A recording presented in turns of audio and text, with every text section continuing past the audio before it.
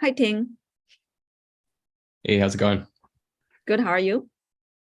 Doing well. Looking forward to your talk. Thank you. Thank you for the invitation and organizing this event. Hey, Tim. Hey, Philip. I'm not sure that we've gone. Oh, here we are. Okay, I think we're live. Okay. Good morning, everybody. My name is Philip Ahern, and I'm an assistant professor at the Lerner Research Institute at Cleveland Clinic. And it's my pleasure this morning to introduce today's early career immunology speaker. And, just to remind you, this is basically an opportunity for early career immunologists to showcase, I think, their outstanding work that's, I think, sometimes overlooked in favor of more senior people. So today I'm really excited to introduce Han-Yu Shih, who's a Statman tenure track investigator at NIH. So Han-Yu began her academic career with a PhD with Mike Krangle, where she studied chromatin looping during thymocyte development. And following this, she moved to the lab of John O'Shea at NIH, where she continued kind of in a similar vein and studied how lymphocyte regulums impact cell fate and how they develop. So she then got a K award and then subsequently became a Statman tenure track investigator and established her own independent laboratory, where her lab's really focused on trying to study the regulation of cytokine loci and lymphocyte regulums in health and disease, with the end goal basically being to try to define or develop more precise or efficacious therapies for immune-mediated pathologies. So I don't want to take up any more of Han-Yu's time, but just to remind everybody, if you have questions, please put them in the chat window. If you're not able to ask a question, you might have to quickly hit subscribe and you should be able to ask questions then, and we'll deal with the questions at the end. So with that, Han-Yu, welcome. I'm really excited to hear what you're going to tell us about and take it away. Thank you so much, Philip, for your kind introduction, and thank you for the organization for this seminar series. It's really my honor to be able to share our recent findings in regard to lymphocyte regulums. And again, I'm Han-Yu Shih. I'm a tenure track investigator at NIH. So as you know, our immune system are built against a lot of pathogen invasion. And this process requires crosstalk between immune and non-immune cells, especially through the effective molecules, such as cytokines. Therefore, precise regulation of cytokine production and their producers is extremely critical during the progress of infection clearance. It's also very essential during the immunotherapy, while the dysregulated of cytokine production will result in undesired autoimmunity as well as the neurodegeneration. So the fundamental questions our lab is studying is how the cytokines are regulated in homeostasis and in diseases. And we are focusing on the regulation at chromatin level. So just a quick review about the programming of our immune response. So based on the type of pathogens, our immune response can be categorized into three major types. The first one is dominated by cytokine interferon gamma, which is important for intracellular pathogen invasion, such as virus and bacteria.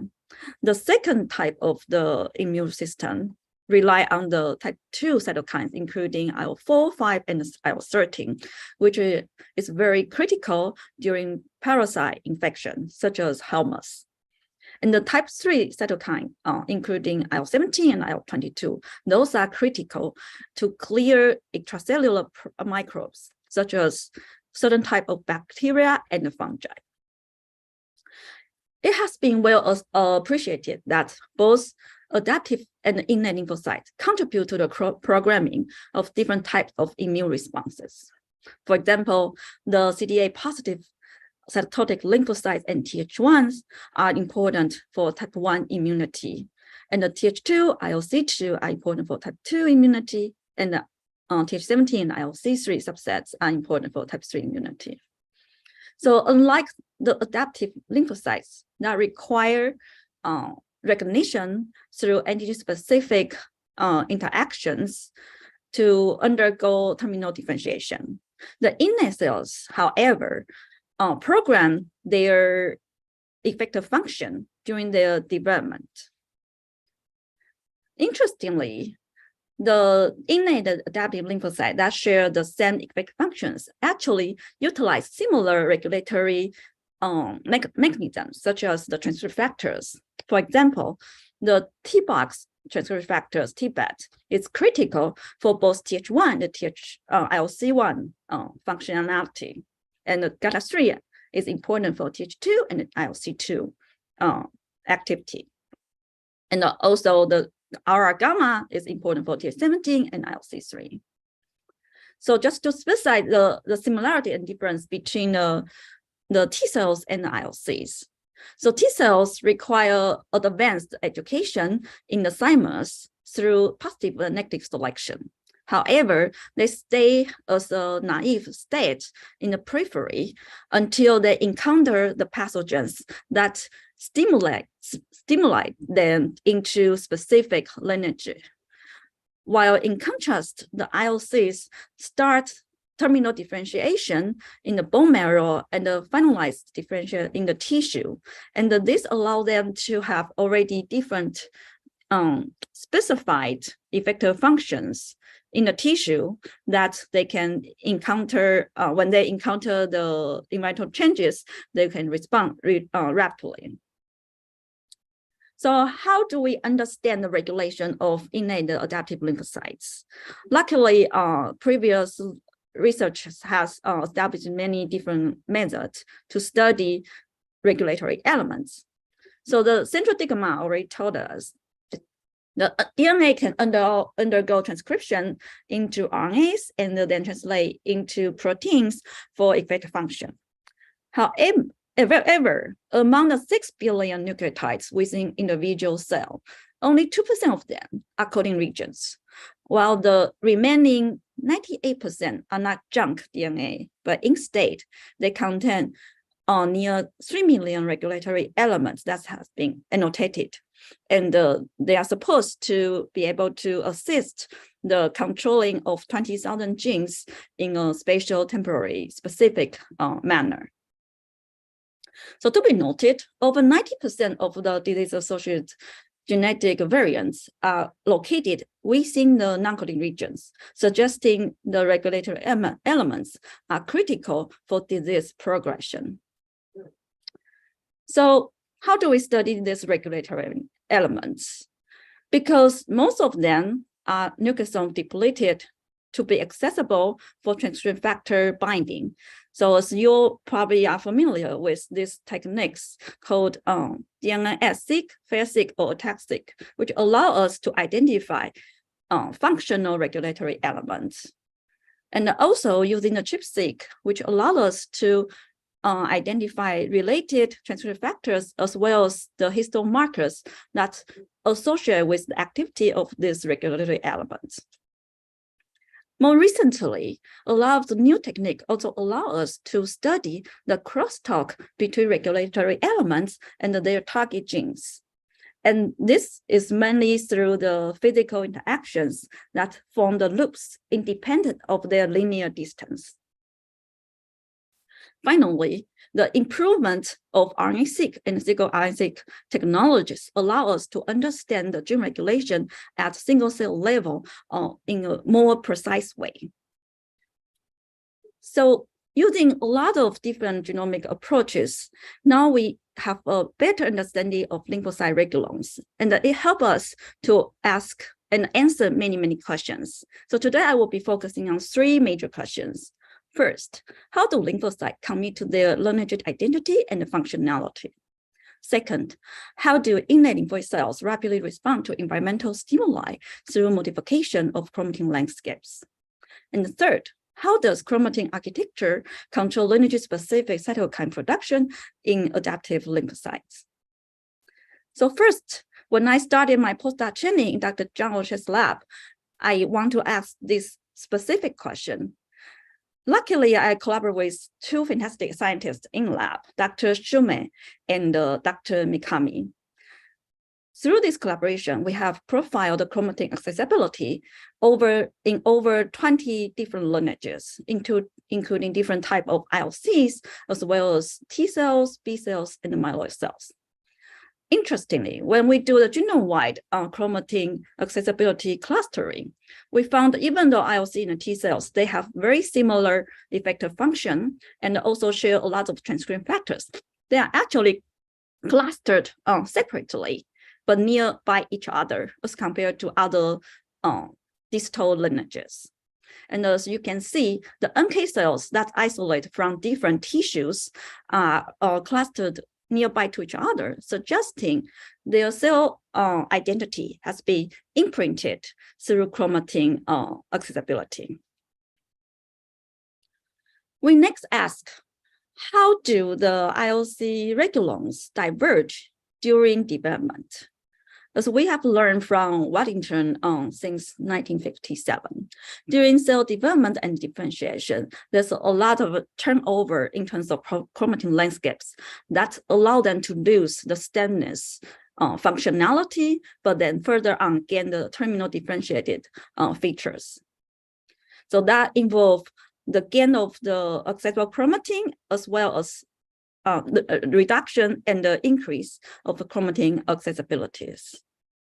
So indeed, when we profile the proximal ILC progenitors and the distal common progenitors of NK cells and ILC2, we do see a lot of changes over time. Interestingly, when we focus on the effector molecules such as interferon gamma or type 2 cytokines, we found the chromatin landscape has been modified as soon as they come into the individual lineage. So the NKP progenitors has modified the interferon gamma locus, while the ILC2 progenitors has modified the type 2 cytokine locus. So next, we want to ask, since the adaptive and innate lymphocytes have a lot of commonness in terms of their effector function, as well as their transcription factors, how similar or how different are they in terms of their chromatin landscapes? So to answer this question, we want to focus on the ILC2 and the TH2 that are incubated within an identical environment, so that we know the difference is coming from the development, but not environment. So to answer this question, we treat the mice with nipple stimulus, which induce very strong type 2 immunity. And then we isolate ILC2 and the TH2 from the lung. We found that compared to non-infected ILC2, the infected ILC2 looks very similar to the progenitors as well. In contrast, if we compare the proximal progenitor, which is naive CD4 T cells, with the TH2 cells, they are dramatic remodeling of the chromatin landscape around this type 2 cytokine loci. And as you can see, the newly established chromatin landscape in the TH2 look very similar to the ILC, suggesting there's a convergence of the regulons to support the shared effect function between ILC2 and the TH2. And this phenotype can be applied genome-wide. So if we do the clustering of global chromatin accessibility, we do see the infected ILC2 and the TH2 are clustered together as compared to their ILC2 or T cell precursors. So just to have a quick summary for the first finding, we show that during ILC development, they really acquire function-related chromatin landscape early on at progenitor stage. And they will carry this primed or poised chromatin landscape to allow them rapidly respond to the environmental changes, such as cytokine stimulation. And in the contrast, the T cells do not have such a privilege, and instead they gradually remodel their chromatin landscape over time and specified by certain type of the pathogens that they encounter. So next, after understanding these changes during development, we really want to ask, how do these poised ILC regulons support acute activation of ILCs? To answer this question, we take a reductionist method by isolating NK cells as a model for innate lymphoid cells and treat them with cytokines, including IL-2 and IL-12, which we know under this condition, they will induce rapid and strong interferon gamma production within hours. We then profile the we then profile their enhancer markers, including K4 monomethylation that paint both poised and active enhancers, as well as K27 acetylation and its catalyzing enzyme P300. Those are markers for active enhancers. This work has been done through collaboration with Dr. Schumann and Dr. Kennel from John O'Shea's lab. So just a quick reminding of what's big in the enhancer biology in the past decade. So Rick Young's group and many other groups have shown that the transcription factor or the transcriptional machineries are accumulated biasly to certain region of the genome. And interestingly, a lot of genes that's related to cell identity that require very specific gene regulation are often associated with these complex enhancer landscapes, so-called super enhancers. So the question we want to ask is whether super enhancers contribute to the rapid gene induction. To answer this question, we first take Steve Smell's strategy to segregate upregulate genes into two major categories. First, the highly induced genes that's induced more than 5-fold, while the weakly induced genes are induced between 2 and 5-fold. We then ask what's their association with the super enhancers. In this case, we use P300 binding as the marker for super enhancers. We found that without stimulation, both highly induced and weakly induced genes have very similar low association with super enhancers. While after NK cell activation, there's a strong association between super enhancers and the highly induced genes.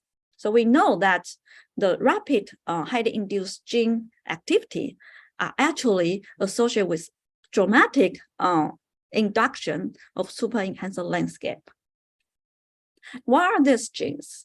Not surprisingly, interferon gamma is the type of gene that's ranked to establish the inducible super enhancer among all the genes.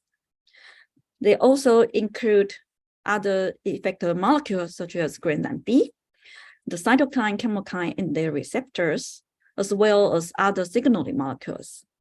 This result suggesting the inducible super enhancers are actually very critical to facilitate NK cell activities.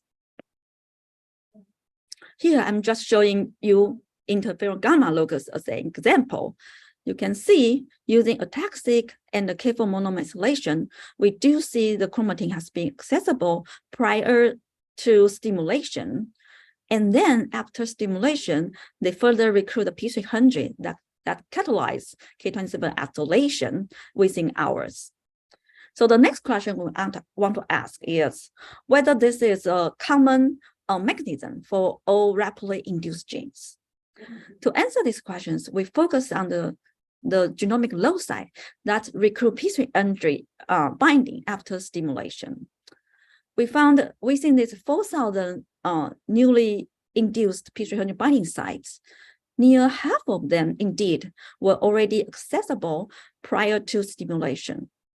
However, interestingly, we also see a lot of regions were not accessible at resting state, but instead they recruit the P300 after stimulation and further establish chromatin accessibility after a couple hours.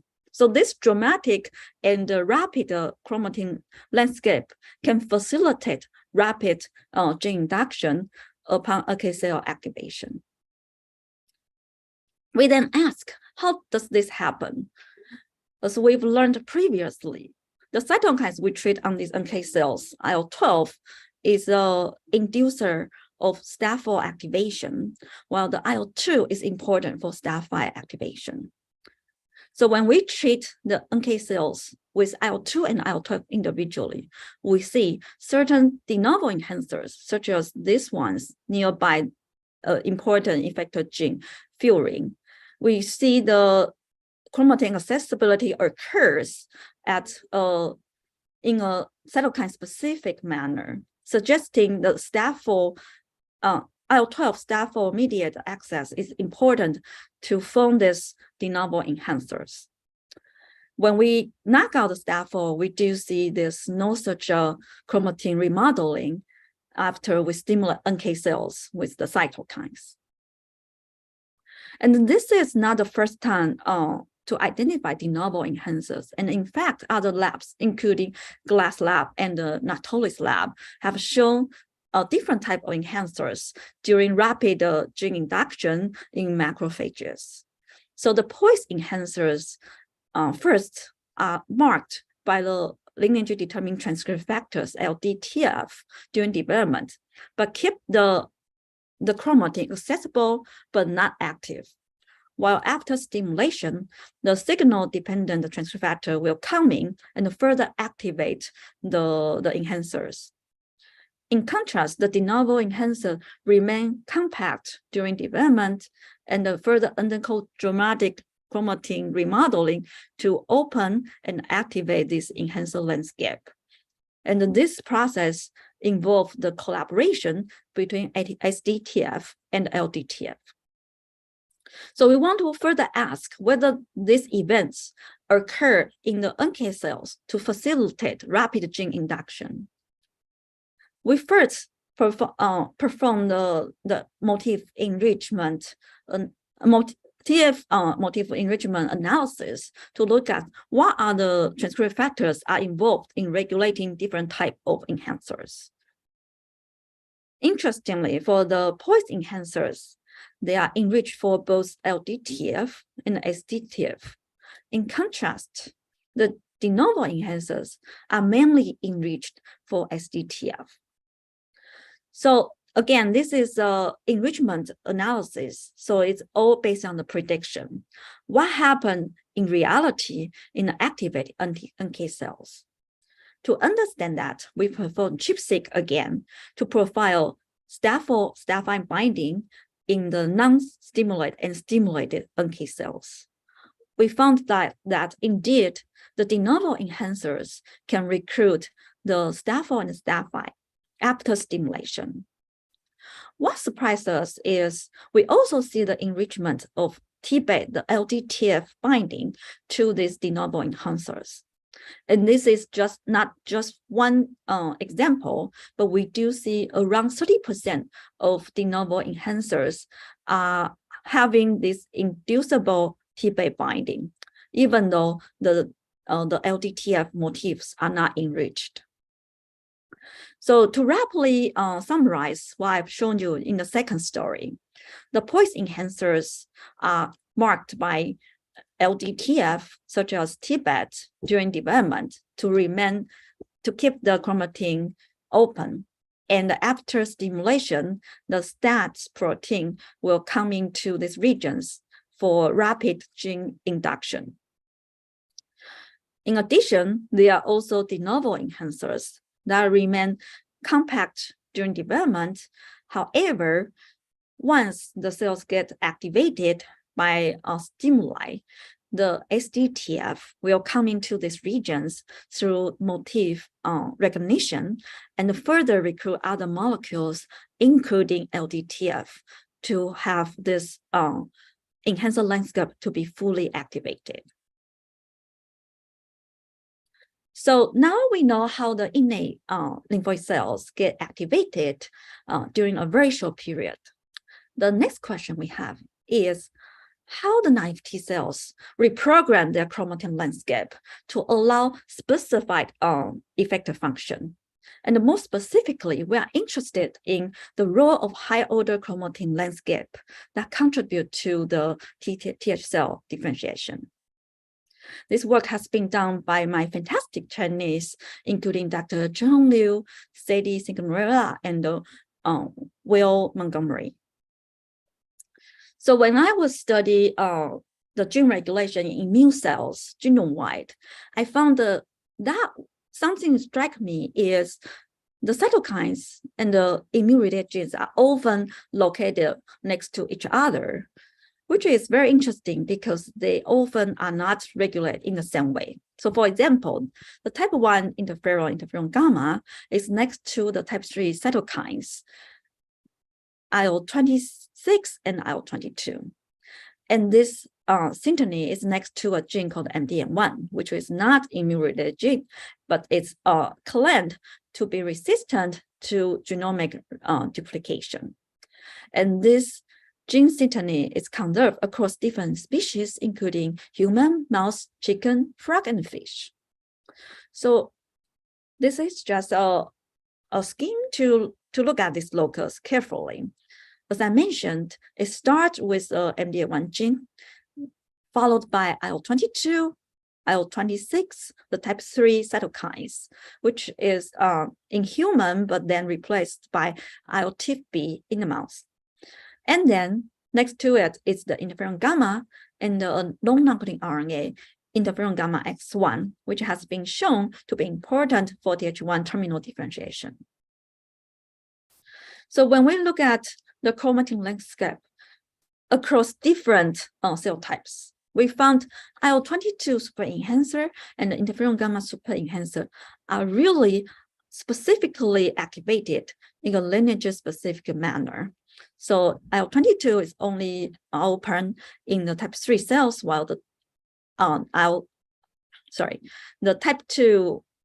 type 1 cells have open interferon gamma chromatin.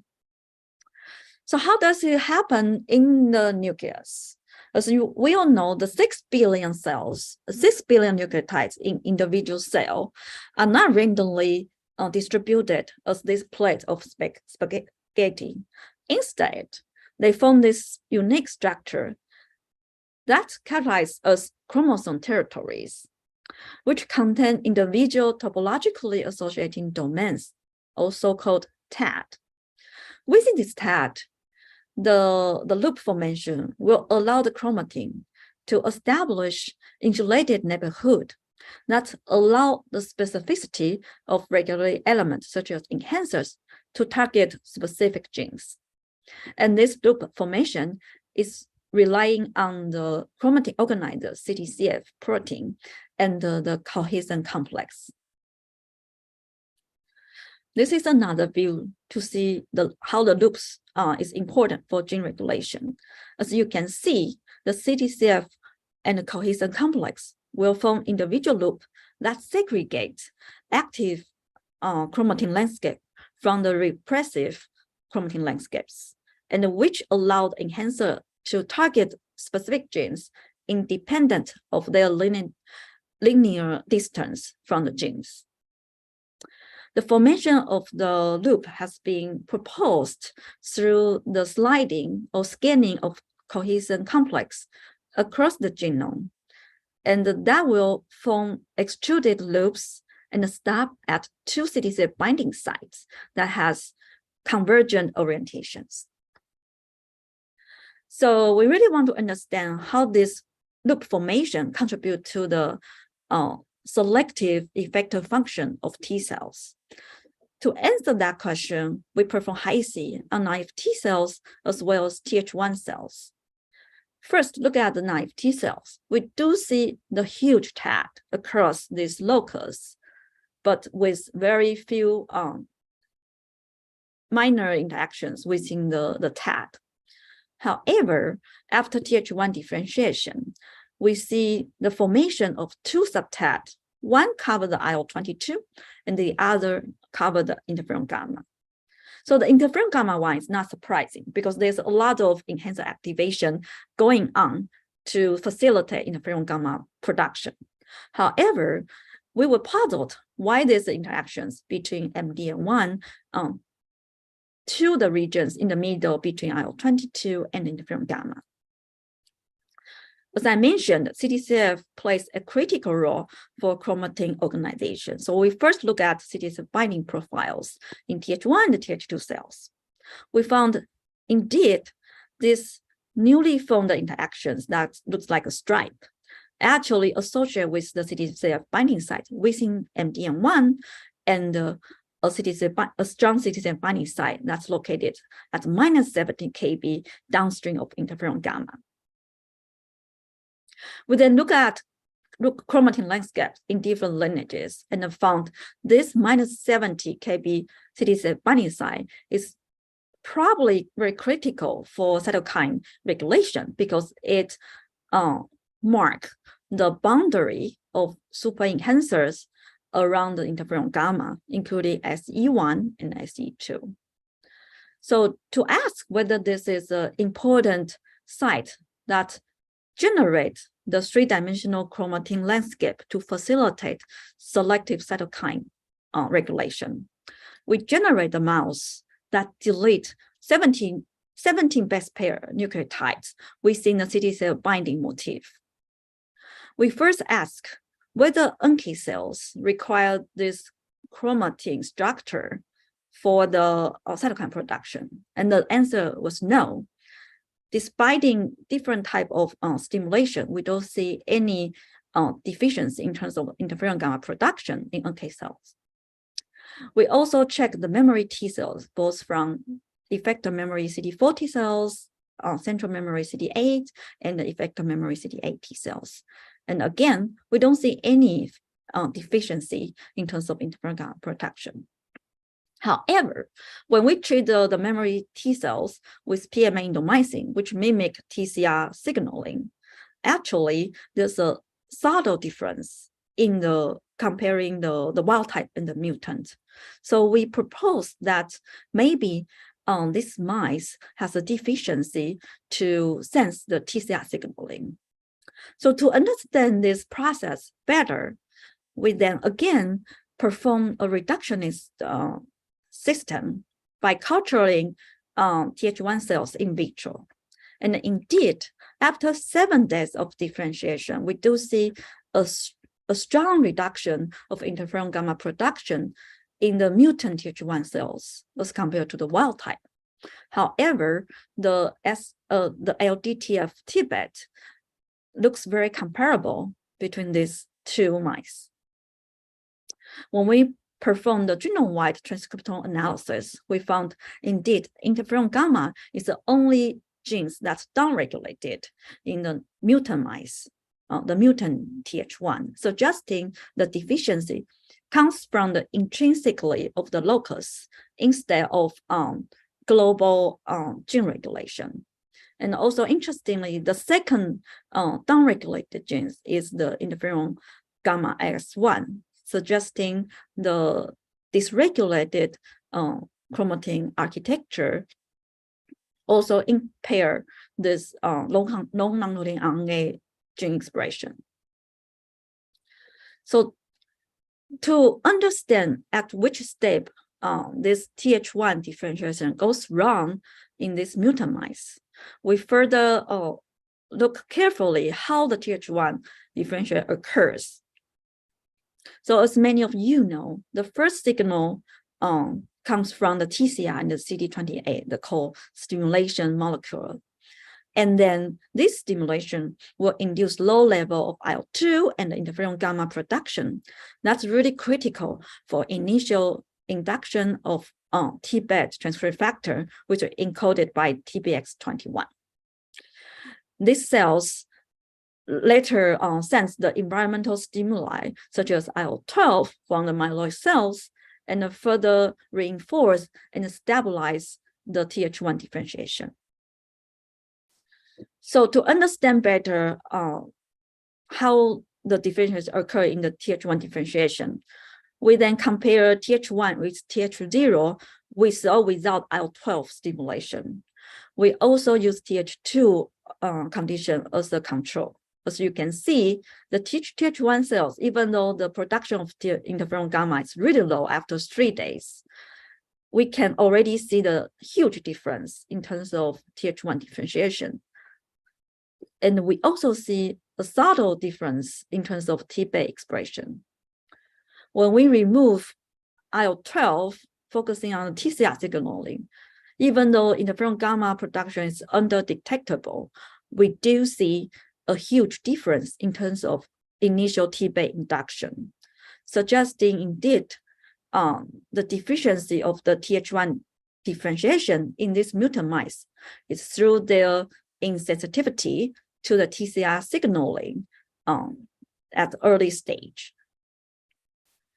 So next, we want to ask whether the initial deficiency of Th1 differentiation plays a critical role in vivo, such as during infection. To understand this question, we perform Toxoplasma gondii infection on the wild type and the mutant mice. We found that indeed these mutant mice are more susceptible to the Toxoplasma infection. And we also see consistently there's more dramatic weight loss of these mice. However, this weight loss only occur during relatively early stage. It's the day 7 as the peak for the initial Th1 differentiation, while after that, the survived mice look very comparable to the wild type. So to further confirm that the deficiency of this mutant is lineage specific, especially during Th1 cell differentiation, we later performed single-cell RNA-seq on NK cells and the Th cells from day 3 and day 7 as the key days for NK cell activation and the Th1 activation. We found that indeed the NK cells don't show any deficiency in terms of interferon gamma production. However, compare the T cells, we do see dramatic reduction of interferon gamma production in the mutant mice, suggesting this deficiency is truly lineage specific. We then do a unbiased clustering of this single-cell RNA-seq data, and found that interestingly, there are two new cell subsets in these mutant mice after Toxoplasma infection, including the subset that has Th17 features on day 3, and also more proliferating cells on day 7. And we propose that there's a deficiency in terms of initial Th1 differentiation at early stages, while on day 7, these cells are overcome by more Th1 cells. That's why we only see the dysregulation of differentiation temporarily. So to validate what we saw in vivo is true, we go back to look at genome-wide expression profiles on the Th1 cells differentiate for 3 days. So it's like an early stage for Th1 differentiation. We found that indeed, in addition to the downregulation of type 1 cytokine interferon gamma, we also see increased gene expression of type 3 genes, including CCR6, IL-22. Even though IL-17 doesn't really show a significant difference, we do see the trend that it increased on day 3. However, this phenomenon is really temporary because on day 7, we don't see any Th17 features. And we know this is not due to the changes in transcription factors because all the lineage-related transcription factors looks very comparable between wild type and the mutant. So again, we are very curious about what's the molecular mechanisms, what are the things happening to the chromatin landscape that contribute to this differentially requirement for this CTCF binding site.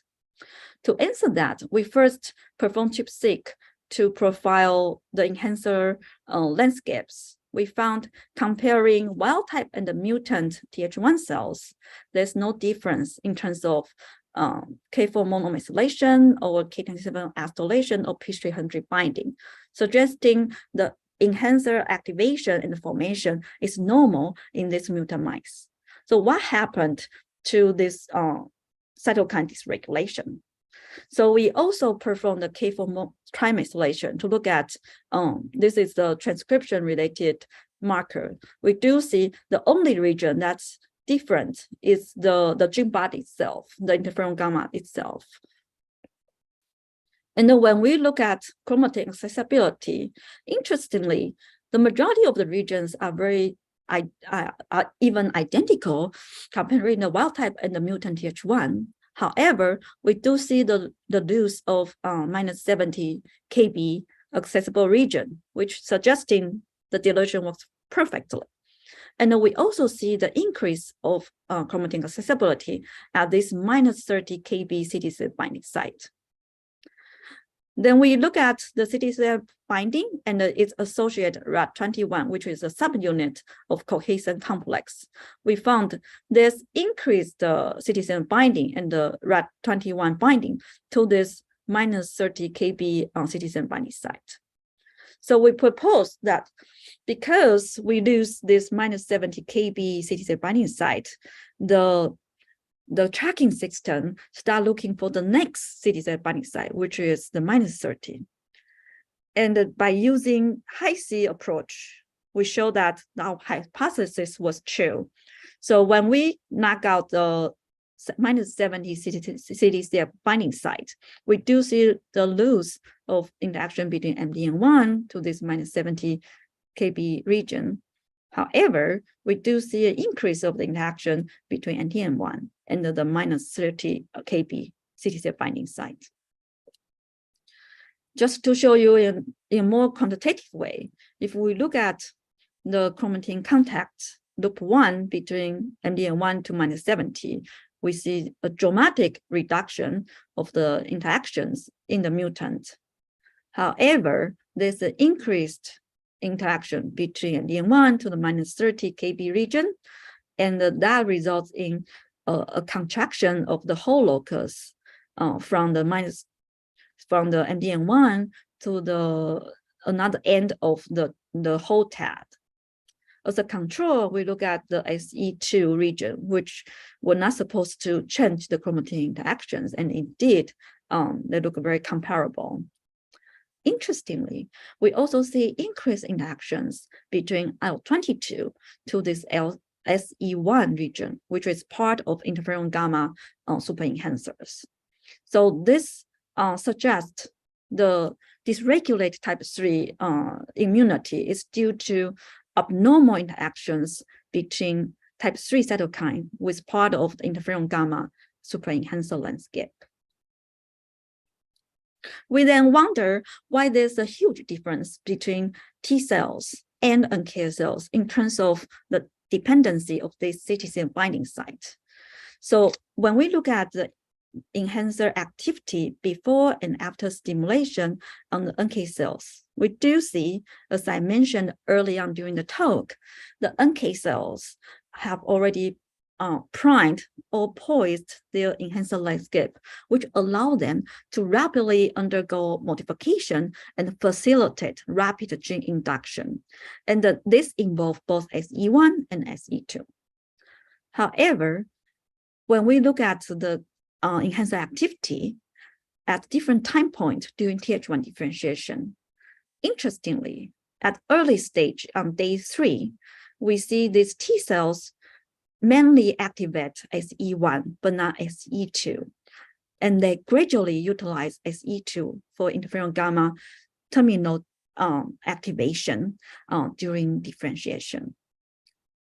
So here is our current model. During Th1 differentiation, there are 2 different subtypes were formed to protect the regulation of IL-22 and interferon gamma in a lineage-specific way. And the activation of interferon gamma super enhancers starts from the left side SE1 to the right side SE2.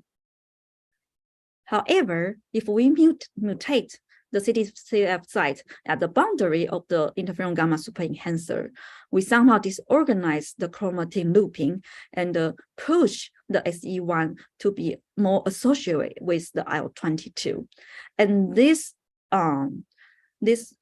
dysregulated chromatin architecture results in dysregulated interferon gamma production as well as the type 3 cytokine production. So to summarize what I've shown you today, using a tactic which allows us to understand the convergence of chromatin landscape during infection in both innate and adaptive lymphocytes. And we show that for the induction of rapidly induced genes, we do see the requirement for both poised and de novo enhancers that allow the collaboration between SDTF and LDTF. We also show you that the T cells, in addition to the enhancer activation, it also requires the loop formation that allow them to target, bring the specific regulatory elements to target genes. In this case, the loop formation segregate the regulatory units from IL-22 to the interferon gamma locus. However, if we disrupt the chromatin loops, we will form dysregulate interactions between super enhancers from interferon gamma to the type 3 cytokine, and that results dysregulated Th1 differentiation at early stage. I would like to thank everybody who contribute to all of this work. It has been a wonderful journey to do all of this research, especially people from my lab and people from my former mentors' lab. They are wonderful collaborators, and also the other collaborations, including Caspi Lab, Belke Lab, and the Jagna, who perform all the toxoplasma infection model in our researches. And I also like to mention that NIH is a very interactive and resource-enriched research environment. So for those who are interested in finding a postdoc or postback home, welcome to reach out. We always have a position for you. And I would like to thank you, everybody, for listening to this talk. And I am happy to take any questions. Thank you.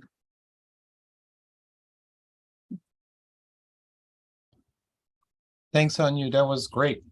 Thank Really, you. really cool work. So I'm just going to start off. I actually had a question, and maybe this is naive. It's related to the last part you talked about. So have you tried doing mixed bone marrow chimeras, or even in addition vitro, mixing your CBS70 deficient cells to see that actually the deficiency is actually like a cell intrinsic thing, as opposed to maybe interferon gamma can normally feed back to block aberrant Th17 development? Does that make sense? Right. Yeah. Actually, I was asked by this question several times. That we haven't done. The quick answer is we haven't done any similar experiments, but the idea that we think is intrinsic dysregulation is because when we isolate the NK cells from the same organs, the NK cells look very, very normal. So we know like it's not due to the extrinsic reduction of interferon gamma. It's mainly the intrinsic regulation that causes the deficiency. Okay, so you're saying that actually the area the cells are in actually does have a lot of interferon gamma producing cells. So if it was just, okay, yeah, that makes sense. Right. So I don't know if I point out, actually the deficiency is partial. It's not like completely deficient in terms of interferon gamma production. Yeah. So I think Tim has a question. Yeah, I have a couple of follow-up questions. So I don't know if you showed this or if I missed it, but so is there a concomitant increase in IL-22 production in Th17s? Do you see that? And also if you look at Th17s that are polyfunctional, so they can produce interferon gamma and IL-17, do you see the loss of interferon gamma in those subsets, or is that different compared to Th1? So that's a great question. So we don't have so first, when we do the Th17 differentiation, actually we try to do Th22 differentiation, but the condition is quite similar. So we don't see any deficiency in terms of Th17 or Th22. The only abnormal things we saw is during early stage of Th1 differentiation, we do see increased IL-22 expression. So I hope I answer your question about Th17. Yeah, and then a follow-up question, at that region, are there naturally occurring like SNPs that you think would mediate the balance between the interaction of these locusts that you see?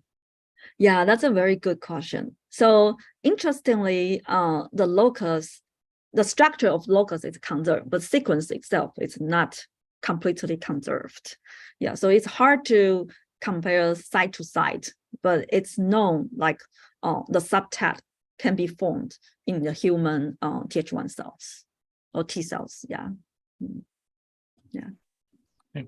We have another question in the chat from Zoo saying that Th1 and Th2 cells seem to have similar CTCF binding. Do you have any thoughts on how interferon gamma might be being differentially regulated between Th1, Th2 based on that?